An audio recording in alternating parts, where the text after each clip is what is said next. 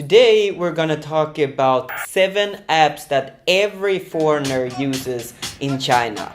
Roll the intro.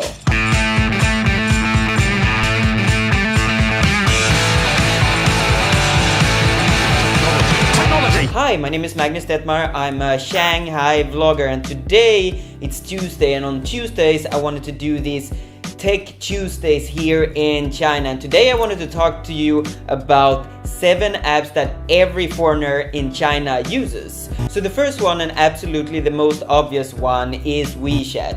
Everybody uses WeChat all the time, every day, every single day of the year, because WeChat is the app that's like WhatsApp, Facebook, Instagram mixed into one single app.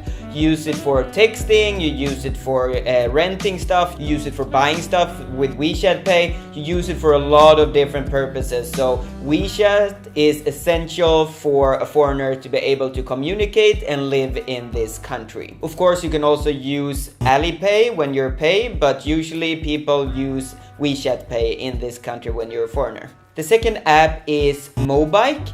The Mobike app, as you probably know, is the bike sharing app. You can rent bikes on the street anywhere in the big cities here in China. Of course, there are competitors like Ofo, so people usually use one or the other. But Mobike is the probably most used bike sharing app for foreigner in this country. The third app everybody uses is Didi. Didi is the equivalent to Uber in the West. So if you want to get around with taxi, it's way more convenient to use one of these apps rather than like running around on the street try to catch a taxi. So Didi is an absolutely must here in China. And every now and then you get hungry, right? So what are you gonna do then? Of course, you can walk out on the street and buy some food, but usually when foreigners order food here in China, they use an app called Sherpas, and that's basically the Western version of an app called Ele.me, which the Chinese people use when they order food. Sherpas have a lot of different varieties of food. They basically have any type of cuisine you ever want. Then of course, if you need to buy some stuff, everything from like furniture to new clothing to, I don't know, a new bike,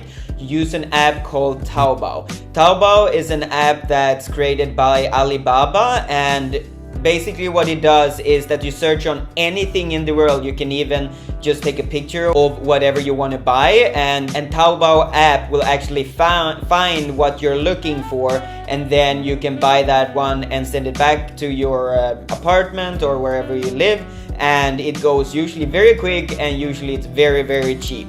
Then of course, if you want some entertainment, you use an app called Smart Shanghai. You know, I'm the Shanghai vlogger, so I use Smart Shanghai. But if you live in other cities like Beijing, they have the Beijinger. That's basically an information app that updates you what's going on in the city at the moment, which restaurants you should go to, what parties you should go to, what events you should participate in. So Smart Shanghai or the Beijing or equivalent to those apps are very, very useful if you want entertainment or just information about the city that you are in. And the last and the 7th app that people uses is usually a translator.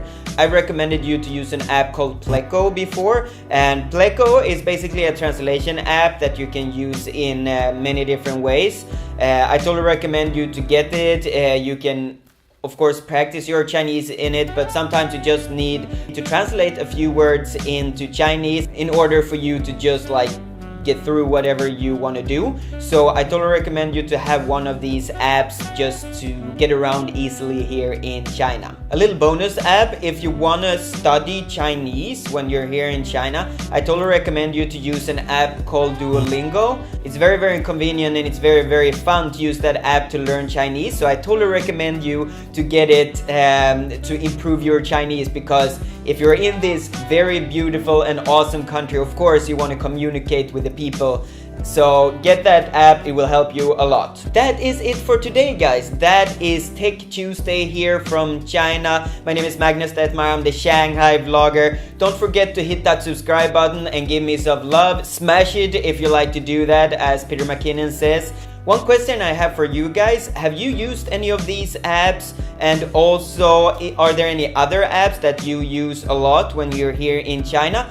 please comment below. I would love to hear your thoughts about it. That is it for today, guys. Hope you have enjoyed this episode. I'll see you guys very, very soon. Take care. Bye-bye.